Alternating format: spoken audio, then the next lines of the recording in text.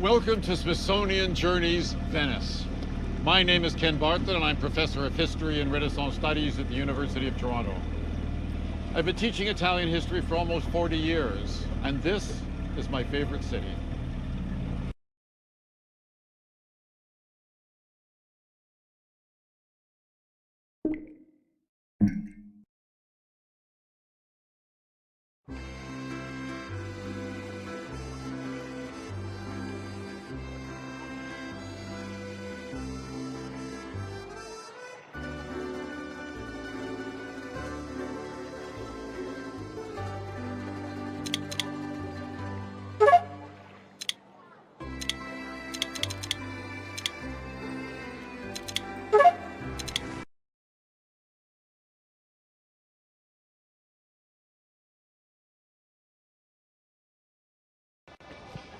We're approaching a small bridge, the Ponte dei Pugni, the Bridge of the Fists.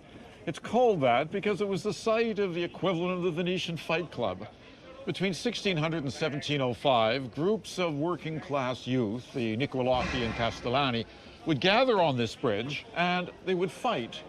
The purpose was to try and push one another off the bridge into the cold water of the late fall and early winter canal. All of this was fine until in 1705, knives were taken out and roof tiles were thrown, resulting in too much danger for the population. So the Venetian government decided it was probably more prudent to stop it. So the last fight took place in 1705.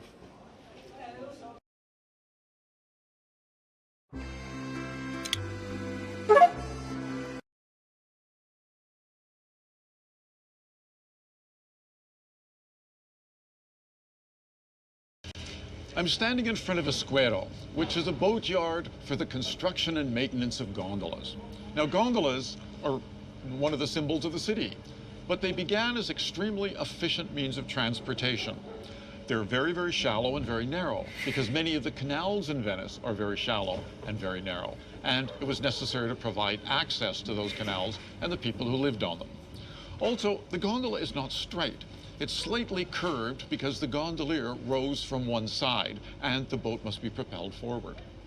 The gondolier places his or her, because there are now some female gondoliers, or in that almost sculptural object known as a forcula or oarlock, and that allows him or her to propel the boat forward. Now, the decoration of the gondola hasn't really changed very much at all. The basic shape we see was determined as early as the 13th century.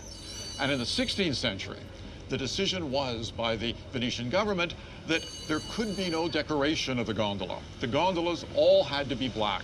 However, foreigners were permitted to decorate their gondolas. It's human nature to want to pimp your ride.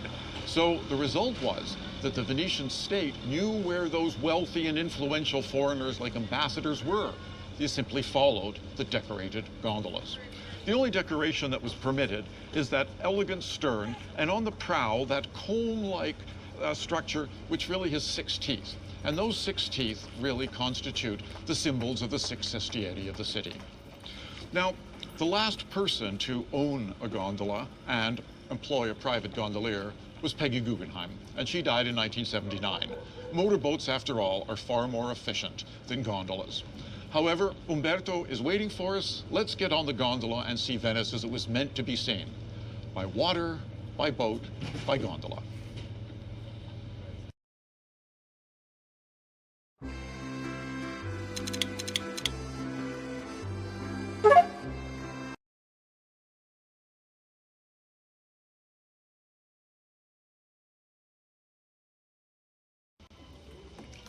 We're approaching one of the most infamous bridges of Venice, the Ponte delle Tette, the Bridge of the Breasts. It takes its name from the fact that this was the red light district of the city. And the women who were applying their trade would gather on the bridge and expose themselves to the waist, not only to attract customers, but with the encouragement of the state, try to convert men of homosexual tendencies. Also, prostitution wasn't illegal in Venice. In fact, it was almost encouraged. There were more than 11,000 registered prostitutes, and the special tax they paid made a great contribution to the coffers of the Venetian Republic.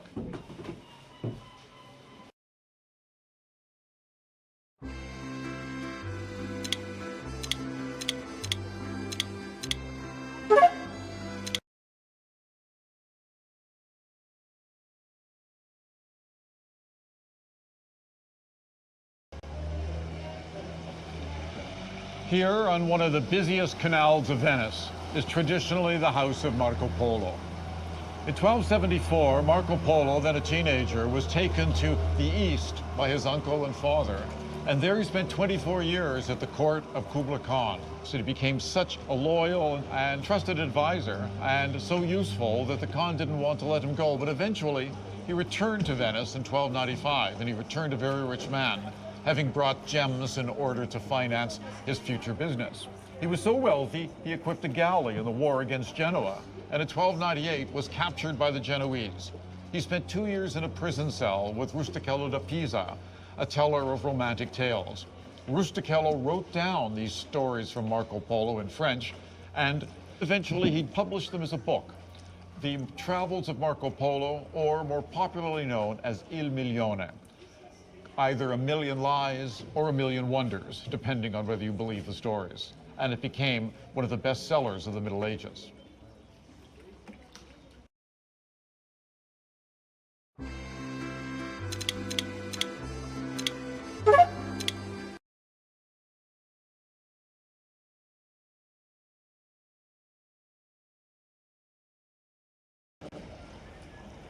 We're approaching the beautiful Bridge of Sighs. The bridge links the Ducal Palace with its law courts on my left, together with the prisons on my right, the first purpose-built prisons in Europe.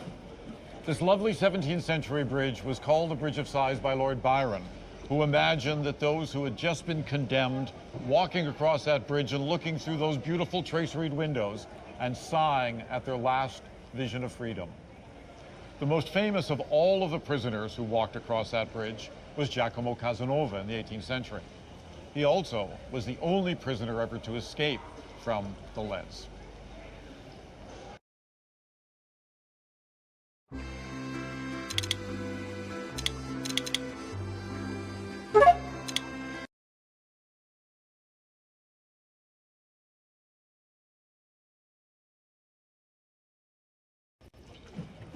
Here we are back at the Square.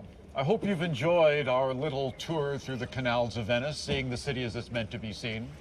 It's now time to say farewell and sincere thanks to Umberto, our gondolier. Umberto will have to bring his gondola, which can last up to 70 years, into the Square for maintenance. Every 40 days, it has to be taken in to be resealed, and once a year, taken in for an entire month to be stripped down to the wood and completely repainted. But that month gives Umberto an opportunity to take a holiday himself, usually in the winter, because after all, we've had our vacation, and I think it's only fair that Umberto has his.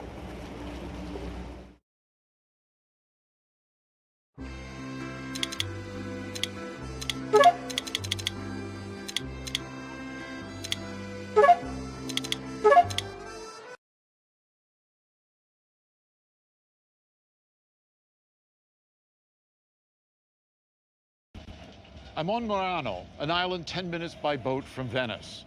From 1291, all of the glass-making factories had to move to this island because the heat from the furnaces burned down the city so often.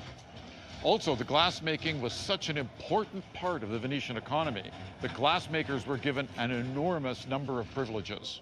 However, if they ever took their skills elsewhere, they were hunted down by the paid assassins of the Republic, and they were killed.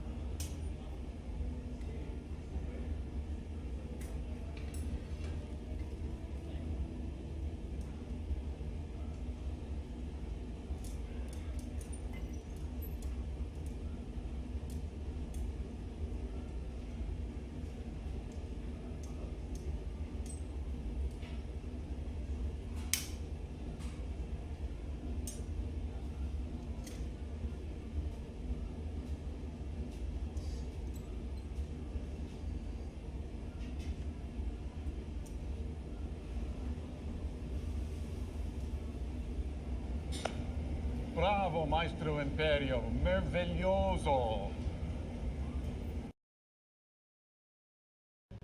I'm standing in front of the great gates of the Venetian arsenal, the Arsenale. The gates date from 1460, and the lions on either side were taken by the Venetians from various sites in Greece, mostly in the 17th century. But from 1104, there has been right here the place where the Venetian navy was constructed. The arsenalotti, those who worked here, on a virtual conveyor belt system, the most sophisticated until the Industrial Revolution, could produce a great war galley in just a single day. It was because of this site and the skill of the men who worked here that Venice ruled the seas. The mask has a long history in Venetian society. The tradition actually begins with carnival. Carnival by the 18th century lasted for months, beginning just after Christmas and ending only with Shrove Tuesday in the beginning of Lent. And during that time, the expectation was that one wore a bauta. A bauta is a simple white mask that was surmounted by a three-cornered hat, and the body was covered with a cloak called a tabaro. And when wearing this costume, you were essentially anonymous. That meant that even in some voting procedures, no one knew who you were or for whom you were voting. But there were other kinds of masks as well. For example, there was the servetto muta, that is the silent servant. Silent because very large eyes, but no mouth hole. And in fact, the mask is held in place with a button held between the teeth. That meant, like any wise servant, you could see, but you couldn't tell anyone what you'd seen. And then finally, there's the zany. The zany comes from the Venetian dialect word for John, and we get our word zany from it, in fact. The zani was the stupid character in Commedia dell'arte. Very long nose, very, very steep forehead. And in fact, the longer the nose, the steeper the forehead, the stupider the character. So what we see in Venetian masks is that they reflect not just an element of decoration, not just an element of carnival, but in fact, Venetian society itself. Venice reaped the riches of the sea through its naval galleys, through its merchant fleets, and through its fishing boats. And if you want to see the wealth of that bounty, come here in the morning.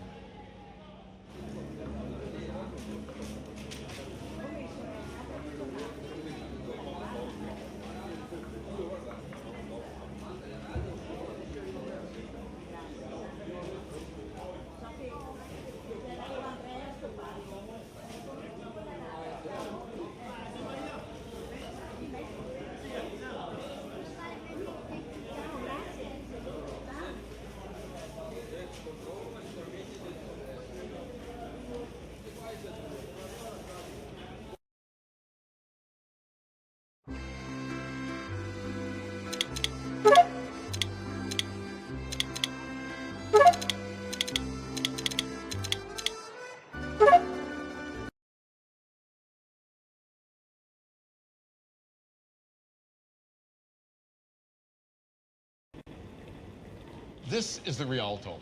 I'm standing in front of the church of San Giacomo di Rialto, and it was here in the commercial heart of Venice that the city actually arose.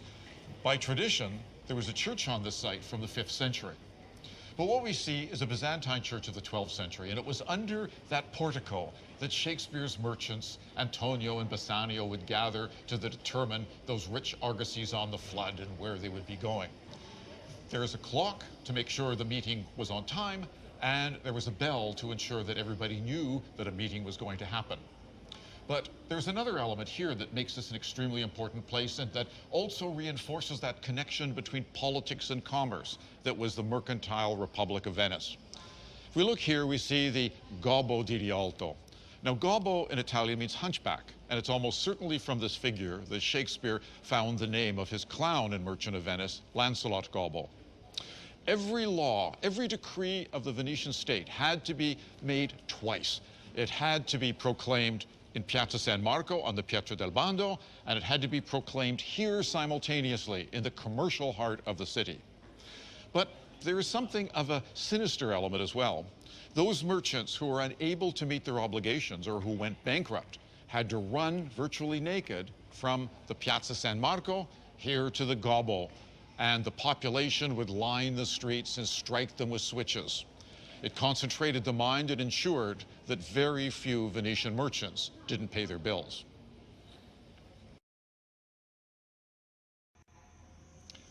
This jewel box of a church is Santa Maria dei Miracoli, built between 1481 and 1489 by Pietro Lombardo, and recently preserved by the American Save Venice Fund.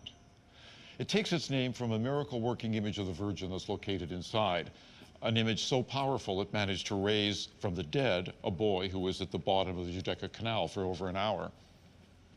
It's also a very popular place for Venetian weddings. It's small, and the bride can arrive by gondola.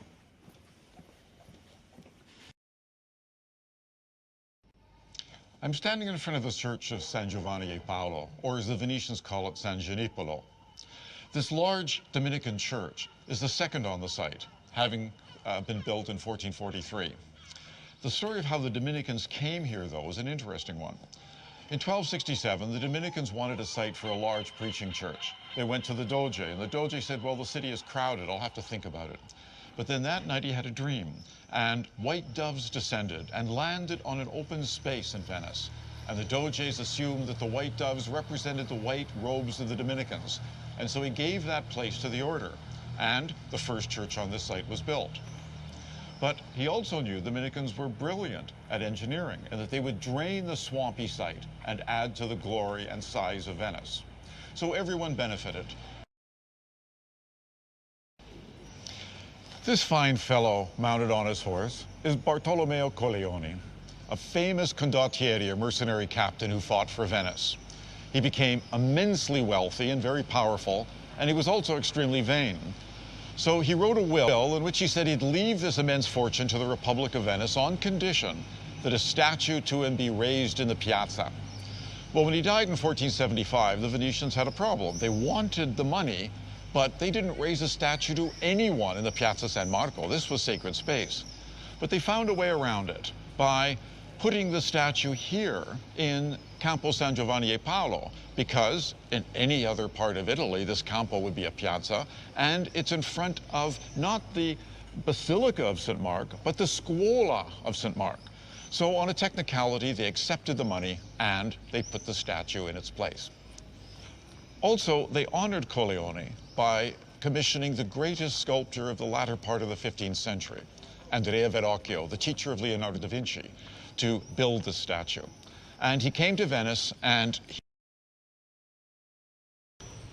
this is one of the most beautiful buildings in Venice, the Scuola Grande di San Marco.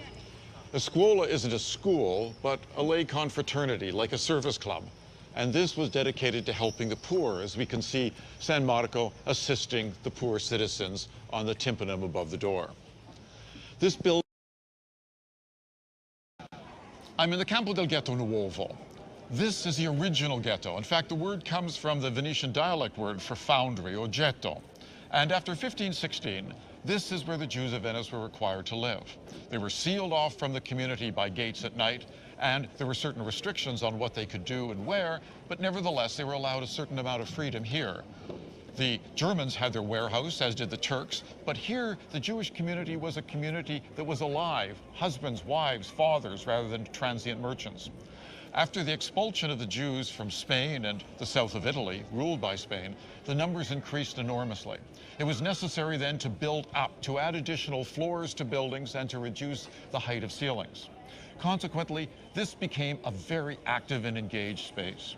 There wasn't really one community, though. There were four: the Levantine, the German, the Italian, and the Iberian. They each had their own synagogues and their own traditions. And there was a fifth synagogue, and above it, the cupola of the Canton, that private synagogue, still living. I'm standing in front of the 18th century facade of the Church of San Rocco, St. Roch. And indeed, the image of the saint is on the very top of the church. We can see he has the same iconography always. He's holding a staff, he's got a dog, and he's pointing to a plague sore on his thigh. The importance of this is plague was a terrible danger always in Venice. And so any saint that could help with the visitation of the plague was greatly revered. The consequence then is the building of the Scuola Grande di San Rocco. In 1478, there was a foundation of a new scuola, one to help plague sufferers. And in 1515, the beginning of this building was then determined. And although it took several decades to build, it resulted in one of the greatest and richest of all of the confraternities in Venice, and the only one of the scuola up until today. First, the Doge and those pictures by Tintoretto. Now the mayor and councilors of Venice will process to the... This enormous Franciscan church is Santa Maria Glorioso dei Frari. It's enormous because the mendicant preachers were the rock stars of their age, and the church had to be huge in order to accommodate those who came to listen. It was finished in the 1340s, although it had begun in the 13th century. Slightly later is the bell tower, the Campanile, which is the second tallest in Venice, second only to San Marco. And above the portal, you can see in those beautiful sculptural elements the figure of the Virgin Mary, to whom the church is dedicated, Christ, and then St. Francis. And then on the right, in the world.